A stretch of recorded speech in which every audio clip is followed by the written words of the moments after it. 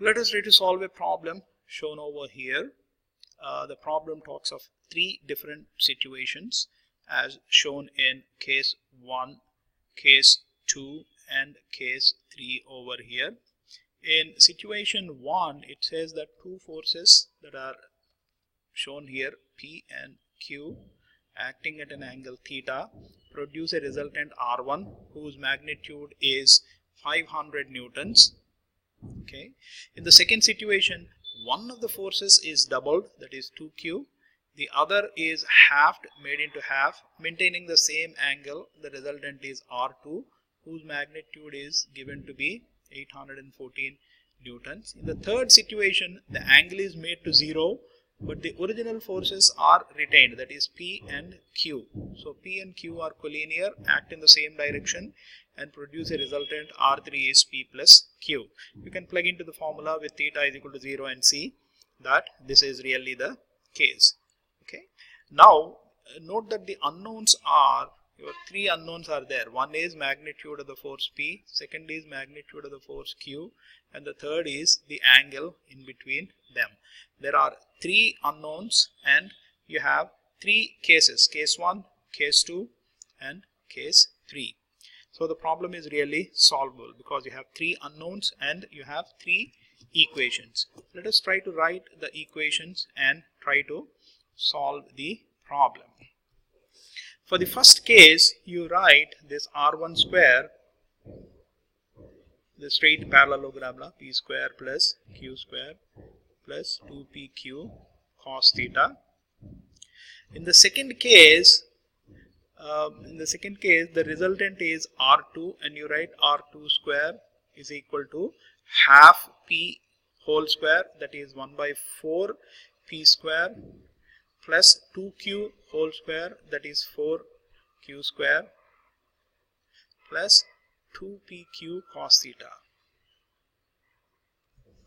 Notice that you have half P and 2Q. So the 2 is cancelled in the denominator and in the numerator here, leaving 2PQ cos theta intact. Okay. In the third case, you write R3 is equal to P plus Q.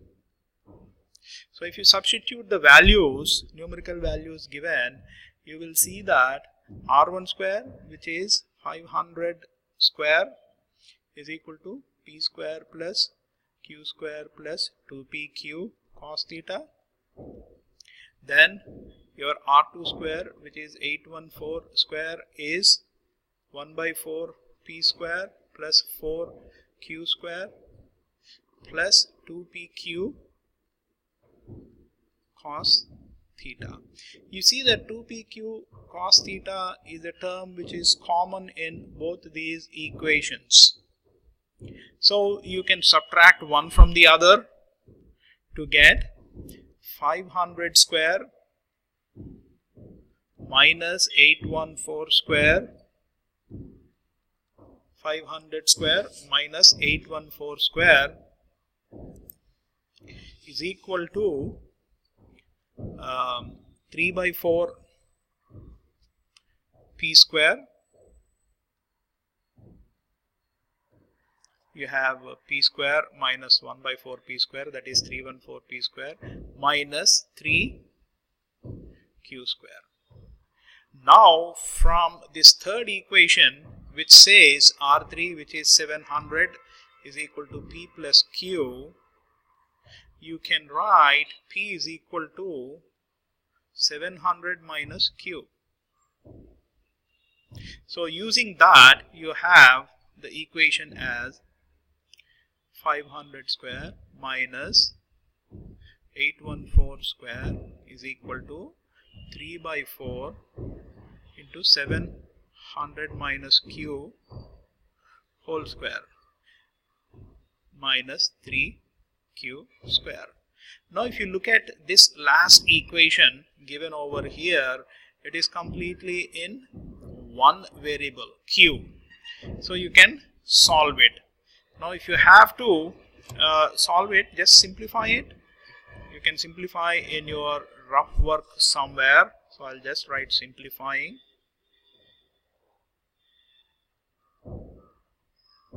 you get an equation in Q.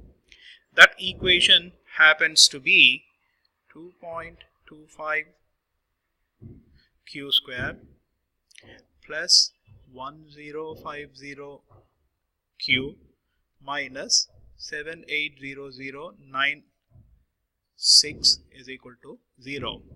This is a quadratic equation which you can solve very easily to obtain Q, as Q is this whole big expression in the numerator, which is minus 1050 plus or minus square root 1050 whole square minus 4 into 2.25 into 780096.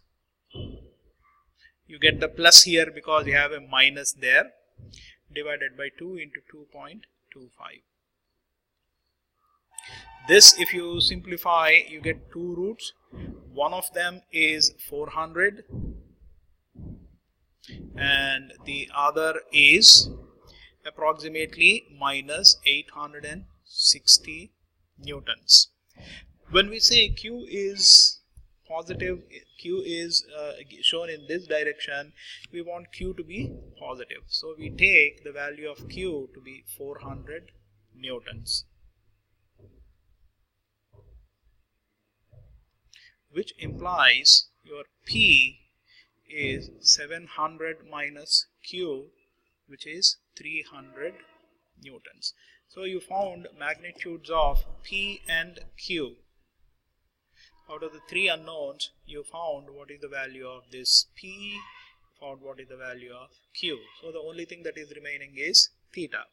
That theta you can obtain by either plugging the values of P and Q here or P and Q there. So let us choose this equation and write 500 square is equal to 300 square plus 400 square plus 2 into 3 into 300 into 400 cos theta. Okay, so you have theta value obviously comes out to be 90 degrees. So 90 degrees is equal to theta. So we conclude in answer that your unknown values P is 300 newtons, Q is 400 newtons, and theta is 90 degrees. It's always a good idea to summarize the answer in the end and round it off as shown. If you practice enough and think about each step before you write, then your solution will be seamless in a flow as shown over here. We'll try to solve several other problems in classes to come. Thanks. Have a great day.